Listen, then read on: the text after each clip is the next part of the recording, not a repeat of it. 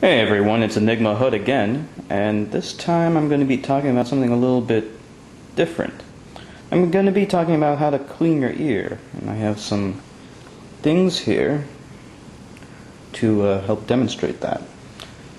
Now, have you ever had trouble hearing? Well, if you have, 99% of the time it's probably because of earwax, or as doctors call it, cerumen. You can use some techniques to clean your ear. Now, did you know that in some countries like India, you can actually get your ears cleaned on the street? Well, if you don't believe me, just watch this video.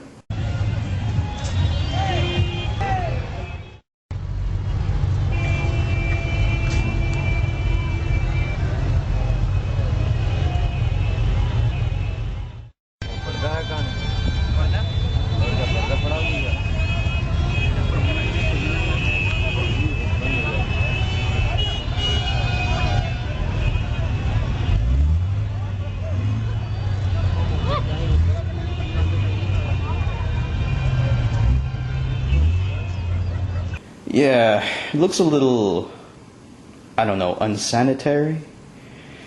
Yeah, you don't want to get your ears cleaned by some guy on the street. There are safer methods that you can use. But, here in America, we might think, oh, well, we have so much more sophisticated methods for cleaning our ear. And that is true, but most people just use probably the worst thing you could possibly use to clean your ear, and that's a Q-tip or ear swab.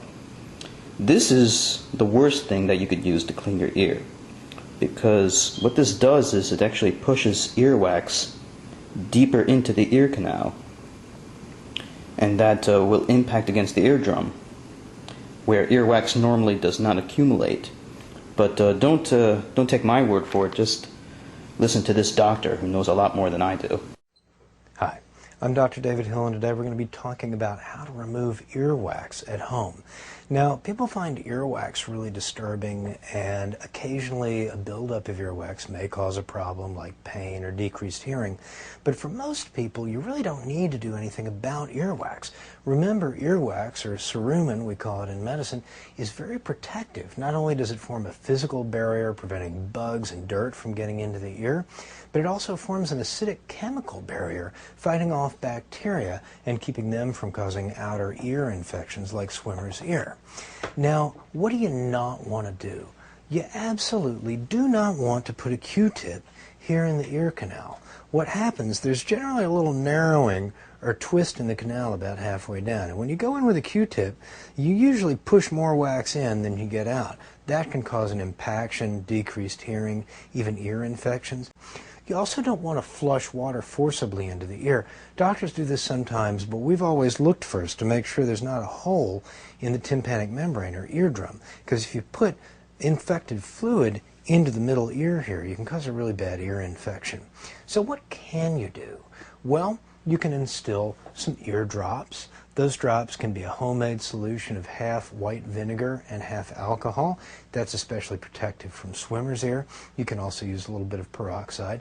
You can use mineral oil or baby oil. You really should not use a vegetable oil like olive oil, because that can sit in the ear and go rancid. Know that for almost everybody, the earwax is going to work its way out. The skin down here grows outward like a little conveyor belt, and it carries the wax out of the ear with time. One last thing. Ear candling may be popular, but it has never been shown to do anything about earwax, and it may pose a really serious fire hazard. So more and more we're counseling patients to avoid ear candling because it is dangerous, and as best we know, it just doesn't work.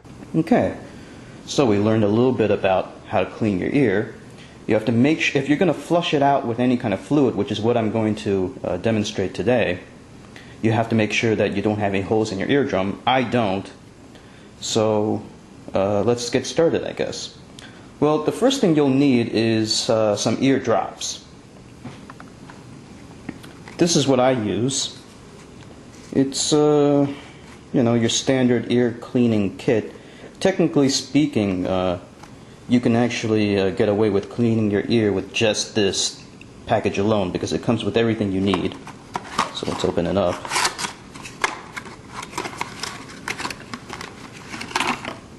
These are the ear drops. and you usually drop around like 6 to 8 to 10 drops into each ear, and then you use a syringe to clean it out. And this actually comes with a syringe, but this is not a very good syringe. But it's your basic type of syringe for flushing your ear with some fluid. And you know, this one's not that good though, because just stick it into the water, then it sucks up all the water, and then you shoot it into your ear, but it doesn't do it at a consistent rate, and it's really cumbersome and cheap. You know, you're going to be shooting mostly air into your ear than water or fluid. So eventually you'll want to get a real syringe, and that's what this is. This is an ear syringe. Now this is safe as long as you know how to use it properly, and it's effective.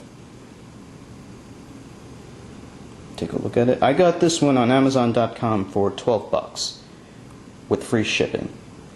This thing right here is the reservoir, and you know, it looks kind of like a horse syringe or something like that, but no, you use this on your ear.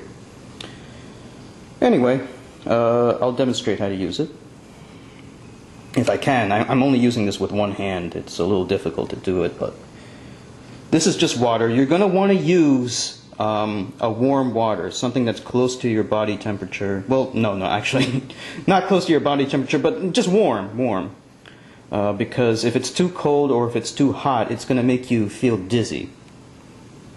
Okay, so we just do that. It's very difficult to do this with one hand, and the lighting is getting a little weird. Okay, I'm going to stand up like that. And it's difficult to do it with one hand, but you get the gist. Okay, so now you fill it up with some water. Now what I usually do is I turn it up like that, and then I let the air out. I push the air out, because if you don't do that, you're going to be blowing some air into your ear and some of that explosive water vapor into your ear too, and that's not good. Then I dump it back in there and then suck it back up again. Normally you would suck the whole thing up, right? But I can only do this with one hand. And then you let the air out again, and then you're ready to shoot this into your ear. Just like that. You want to do it at a constant rate.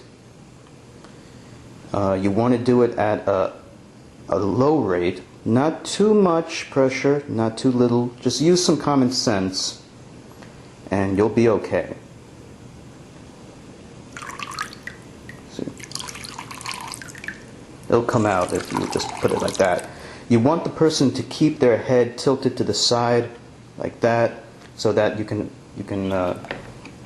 flush the ear out like that, so the water will go down, go into the ear, and then drip out. So the water won't just stay into the ear, stay inside the ear. It'll actually flow out of the ear. So basically, you want to syringe your ears first with some kind of fluid. This is just water, but as you saw in the video, you can use